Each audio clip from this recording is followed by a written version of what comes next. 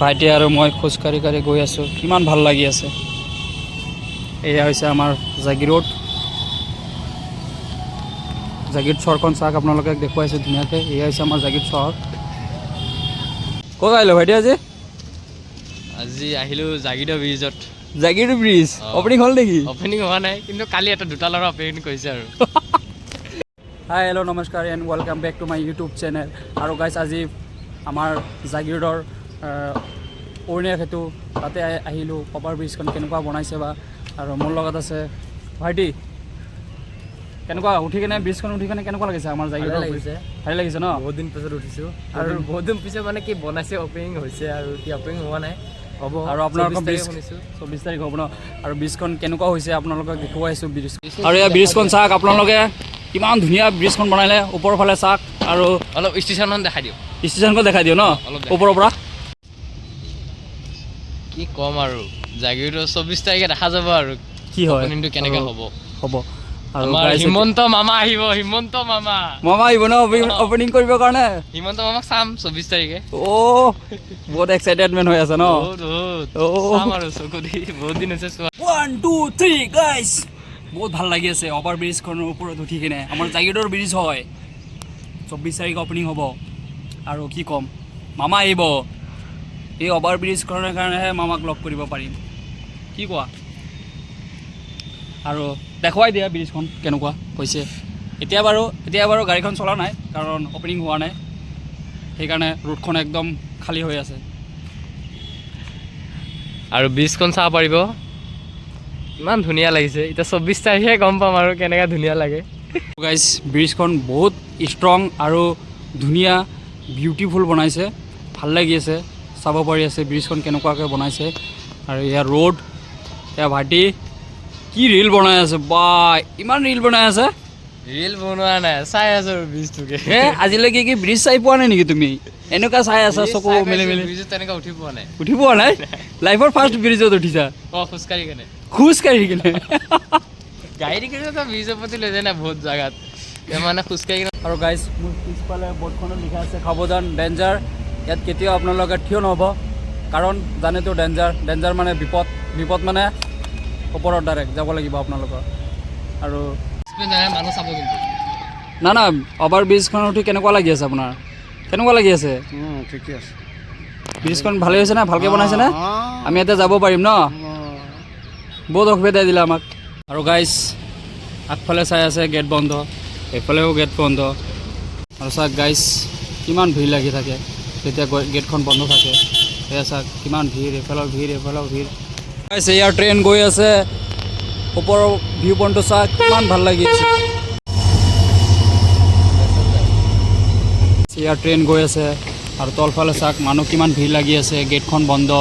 ইয়াত যদি এম্বুলেঞ্চ এটা আহি কিনে থিয় হৈ থাকে, তেতিয়া যাব নোৱাৰে, বহুত প্ৰব্লেম হয়। যিমানে ইমাৰ্জেঞ্চি নাথাকক কিয়, কাৰণ ৰুলটো ফ'ল' কৰিব লাগিব আমি, হয়নে নাই গাইজ?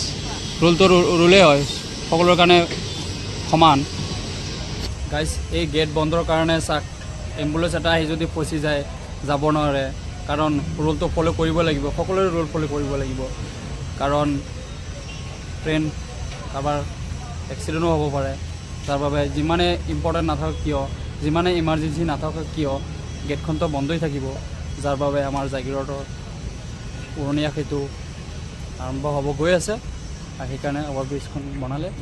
আৰু 24 ডিচেম্বৰত জাগিৰোডৰ এই অৰণীয়া সেতুখন অপেনিং হ'ব। কিমান ভাল লাগি আছে আমাৰ জাগিৰোডখন অভাৰ ব্ৰিজ বনালে। আৰু গাইজ কেতিয়াও সপোনতো ভবা নাছিলোঁ আমাৰ জাগিৰোডত এখন এনেকুৱা অভাৰ ব্ৰিজ এখন হ'ব। বহুত ভাল লাগি আছে সঁচাকৈ।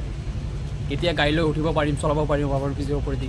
কেনেকুৱা ভাল লাগিছে? গাড়ী এতিয়া ল'ব নাই, জল্দি লোৱা। মানুহে যদি এনেকৈ অভাৰ ব্ৰিজত যদি গাড়ী লৈ লয়, তেতিয়াহ'লে দুনিয়াত আৰু চব অভাৰ ব্ৰিজে বনাই দিলে। আৰু গাইজ আমাৰ জাগিৰোড ব্ৰিজখন কেনেকুৱা লাগিছে কমেণ্ট কৰি জনাব। এইটো আমাৰ জাগিৰোডৰ প্ৰথম ব্ৰিজ ন? মানে ডাঙৰ ভিতৰত ডাঙৰ, বহুত ডাঙৰ ন? আপোনালোকে আহিব জাগিৰোড, যদি কেতিয়াবা আহে ব্ৰিজখন চাই যাব, ফটো চেলফি যি পাৰে মাৰি যাব আৰু ন? অলপ চাই যাব আহি কেনে ব্ৰিজখন কেনেকুৱা হৈছে। ধুনীয়াকৈ উঠালোঁ যিমানখিনি। 24 তাৰিখলৈকে অপেক্ষা কৰিব, মজা আৰু গাইজ এই ব্ৰিজখন অপেনিং কৰিবৰ কাৰণে মামা আহিব 24 তাৰিখে মামাক আমি চামেই ন। আৰু গাইজ যোৱাকালি ৰাতি 11-12মান বজাত দুটা ল'ৰা বাইক লৈ ইয়াৰ ওপৰেদি গৈ আছিলে ব্ৰিজখনৰ ওপৰেদি, হঠাৎকৈ দুটা ল'ৰাৰ এক্সিডেণ্ট হ'ল। এজনটো লগে লগে স্পট ডেড আৰু এটা মানে জি এম চিত মানে জানেইতো ICUত ভৰ্তি হৈ আছে। অপেনিং হোৱাই নাই তাহাঁতৰ উৎপাত ষ্টাৰ্ট হৈ গ'ল। কি ক'ম, কাৰণ এই ব্ৰিজখন অপেনিং যিহেতু কৰিব, পূজা কিবা নিয়ম এইবিলাক থাকেই ন, এইবিলাক থাকে ন, নিয়ম চিয়ম নামানি কিনে আমি যদি এনেকৈ কাৰোবাৰ বিনা পাৰ্মিশ্যন যদি আমি ইয়াৰ প্ৰতি অহা যোৱা কৰোঁ বাইক লৈ কিনে বা খোজকাঢ়া, সেইটোতো ৰুল নহয়, যাৰ বাবে এই দুৰ্ঘটনাখন কালি ঘটি গ'ল ন। তো আপোনালোকে 24 তাৰিখলৈকে অপেক্ষা কৰক, সেইদিনাখন অপেনিং হ'ব, সেইদিনাখনেই আপোনালোকে গাড়ী এটা ব্লগ আহিব। অঁ, সেইদিনাখনো আপোনালোকে আমাৰ ব্লগত দেখাব মামা। আমাৰ অসমৰ এতিয়া গেটখন বন্ধ কৰি থৈ আছে, মানে দুয়ো ছাইডতো গেটখন বন্ধ কৰি থৈ আছে ন। তো আশা কৰোঁ আপোনালোকে 24 তাৰিখে অপেনিং হ'ব, 24 তাৰিখে আপোনালোকে অহা যোৱা কৰিব, অপেক্ষা কৰক। আৰু গাইজ ভিডিঅ'খন চাই কেনেকুৱা পাইছে, ভাল পাইছে যদি লাইক শ্বেয়াৰ কমেণ্ট আৰু ছাবস্ক্ৰাইব এটা কৰি দিব। ভাইটি কি কোৱা তুমি? কি ক'ম আৰু, ছাপোৰ্ট কৰিব লাগে, দাদাজনে বহুত মেহনত কৰি আছে। গাইজ আপোনালোকে চাই আছে কিমান কষ্ট কৰি আছোঁ, আপোনালোকক যিমানখিনি পাৰি আছোঁ আপোনালোকক জেগা দেখুৱাই আছোঁ। আৰু কি ক'ম হ'ব, ভিডিঅ'টো এটা সমাপ্ত কৰিছোঁ, ভিডিঅ'টো ইয়াতে সমাপ্ত কৰিছোঁ। ছাপোৰ্ট কৰিব গাইজ, আৰু ভিডিঅ'টো সমাপ্ত কৰিছোঁ। Bye bye.